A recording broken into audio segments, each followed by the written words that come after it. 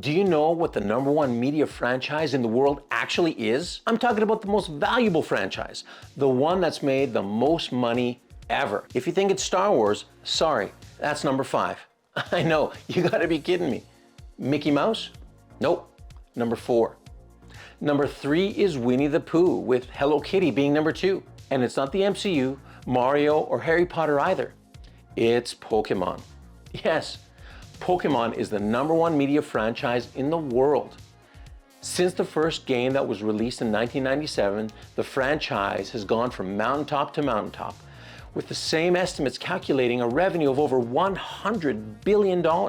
Now, for those who don't know, Winnie the Pooh isn't a Disney product, but has actually been licensed to them since '61. And that ended in 2022, which is why we got the horror movie that we did. What's also important to know is that even though Disney owns Star Wars now, most of the $65 billion in revenue came before they bought it from George. But one can't deny the wins by Disney when it comes to movies. Marvel's Endgame made $2.8 billion.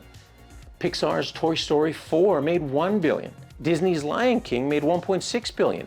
And even Star Wars The Force Awakens made $2.2 billion. No small numbers. But as the saying goes, you're only as good as your last hit. And Disney hasn't had a hit in a while. Because for Disney, having Guardians of the Galaxy be the only movie that made real money this year, with 10 other flops, is like being the MVP of your team, scoring the most points, but the rest of your team is missing shots and scoring on their own net. I'm looking at you, Little Mermaid, Haunted Mansion, and Indiana Jones. No one can be on top forever. Heck, they're even saying that Walmart will fall to second place behind Amazon in retail sales this year. In 2004, Blockbuster Video had over 9,000 stores worldwide with a revenue of $5.9 billion. It made the biggest mistake in 2000 when it failed to buy Netflix for a measly $50 million. Now look who's on top. The people still defending Disney and saying that they're doing great would have been the same people enjoying the violin music playing on board the Titanic. I'm being hyperbolic, yes, I know. It's not like Disney's gonna shutter its doors tomorrow. But when there are rumors of a hostile takeover looming this year, things aren't looking good. But here are some reasons why I found why Disney may never recover. No kingdom rules forever, not even the Magic Kingdom. First off, the demographic that loves the franchises Disney owns, mainly Star Wars and Marvel, are too old. I'm too old. Successful companies seek younger demographics. I'm Gen X, born between '65 and 1980. And even millennials born between 1981 and '96 are already being sidelined by companies for that coveted demographic that Gen Z holds.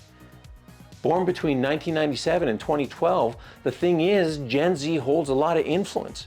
That's why TikTok and Snapchat are so successful. It's also why terrestrial TV is failing, because they don't have any interest in it and would rather be on their phones.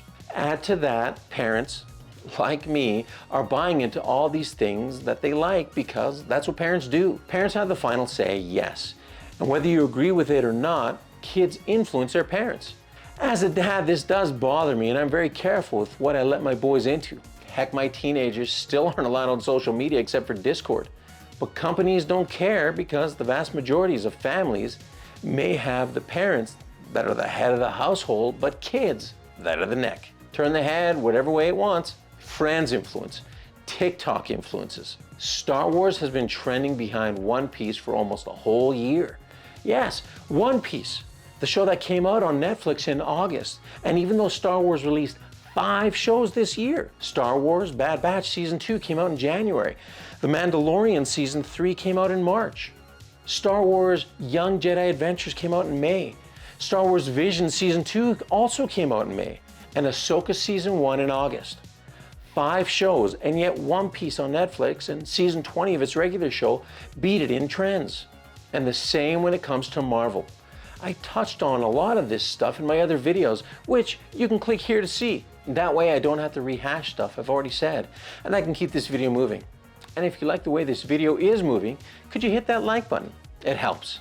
And sub if you want more. Disney has left the older generation abandoned, like me, and the newer generation disinterested. The only thing keeping Star Wars in the news isn't how awesome it is, but what's the latest controversy that people are pissed about? Secondly, why I think Disney may never recover is the younger male demographic is into other things. Gone are the days when kids would go to school with Star Wars merchandise and action figures, unless their parents bought it on sale. So what are kids into? Well, number one, kids and young boys in particular are interested in video games. Games that they can play on their consoles, on their computers, and more likely, games on their phones. The mobile gaming market alone hit an estimated $140 billion in 2022. For comparison, the global market share of movies, music, and videos hit 90 billion. This was in 2021, but it gives you an idea of the size. Now, granted, many of these are older people like me, but I also didn't take into account consoles or computer games, just mobile. And all this to say, Disney is losing market share. And for those that are telling me otherwise, they're the same people that thought The Marvels was an Oscar-worthy film. And did you see that Mario movie? It was great, fun, and showed Disney how it should be done today.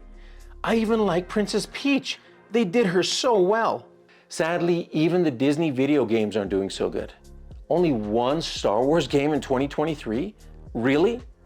Star Wars Jedi Survivor, which came out in April, and oh look, another controversy. To be fair, I got this and I didn't mind it, but that's it? Let's get some more video games, please. Number two, the younger demographic is also now into manga and anime more than ever before. American comic books are losing to manga hand over fist. The Star Wars High Republic novels have sold less than 120,000 copies for issue 1, and subsequent ones didn't even break 60,000. And when it comes to overall sales in 2023, it was the series Blue Lock that took the number one, with sales of 10.5 million copies. And once again, One Piece beat out Star Wars with its volume 105, selling 1.9 million copies. Heck, One Piece is the best-selling comic series in all history with almost 500 million sales. Now, Marvel is still making money in comics. Yes, I'm not denying that, but they're losing more and more market share to anime and manga every year. The stories are just better. And when it comes to graphic novels, manga takes 45% of the market share compared to only 14% market share that superhero graphic novels do. Fight it all you want. People are sick of the junk that North American comic book companies are doing to their characters and embracing what Japan is doing. Numbers don't lie. Like the numbers that show female Thor comic books sold less than male Thor. And the female Thor was also promoted by Whoopi Goldberg. Dang! Number three, the younger demographic of boys are also getting more interested in other franchises beyond anime and manga. Warhammer and D&D, for example. Where Star Wars was once for geeks, Warhammer and D&D were for the super geeks. And now their time has come, with a slew of popular video games and an upcoming Amazon show starring Henry Cavill. Warhammer is gonna blow up even more than ever before. And while I thought the Dungeons and Dragons movie was just okay, and a bit too woke for me, it did well in the box office. Then there's Pokemon and Minions, Lego, and even YouTube Kids. And yes, YouTube Kids has some Disney stuff, but it's not the top videos.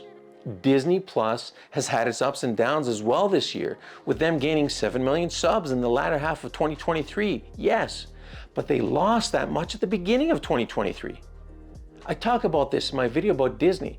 Disney used to corner the market in kids' entertainment years ago, but things are changing. Do you think Disney can turn the ship around and get back on top? And the fourth thing that male demographics are into is the internet. Oh boy, YouTube has become a behemoth in kids' entertainment. Twitch streaming as well. YouTube has over 2.5 billion active monthly users. Monthly. With an average 5 billion videos watched per day. 37% of millennials aged 18 to 34 are binging YouTube daily. Video games, manga, anime, other franchises like Warhammer and D&D, and they're binging YouTube and Twitch. That's what the young male demographic are into. Lastly, the reason I found why Disney may never recover is that people are done with just giving them money because it's Marvel, Star Wars, or Pixar. Back in the 90s, people would go see anything starring Will Smith. The Fresh Prince of Bel-Air was fire. Then there was Independence Day and Men in Black, Ali and Bad Boys. Okay, we can skip over the Wild Wild West though, but there was also Hitch and I Am Legend. But after Men in Black 3, he started to lose his luster. After Earth was considered a failure, even by him. And since then, he's had a few hits and even more misses. I used to go see whatever that guy made, but not anymore. There are so many more options now for our money. People aren't just giving into the shut up and take my money meme anymore. Disney has more competition than they've ever had, and since they've dropped the ball on so many of our favorites, people aren't giving them the chance because they're just Disney, just because they're Star Wars or anything else. Andor was actually pretty good, but barely anyone watched it. Disney, Star Wars, Marvel, Pixar, they've broken people's trust too many times. People aren't interested in just giving them their hard-earned money just because. They're done. And it's going to take a huge change for them to earn that trust back. And with people like this in charge, it doesn't look promising. You know, I'm very thrilled about the project because I think what we are about to create is something very special. And we're in 2024 now. And I think it's about time that we had a woman come forward to shape the story in a galaxy far, far away. Oh boy, if Disney is gonna fight for first place, this sure isn't gonna help. And if you'd like to help me, please click that like button. Leave a comment if you'd like to see more content like this and consider subbing. And thanks for watching.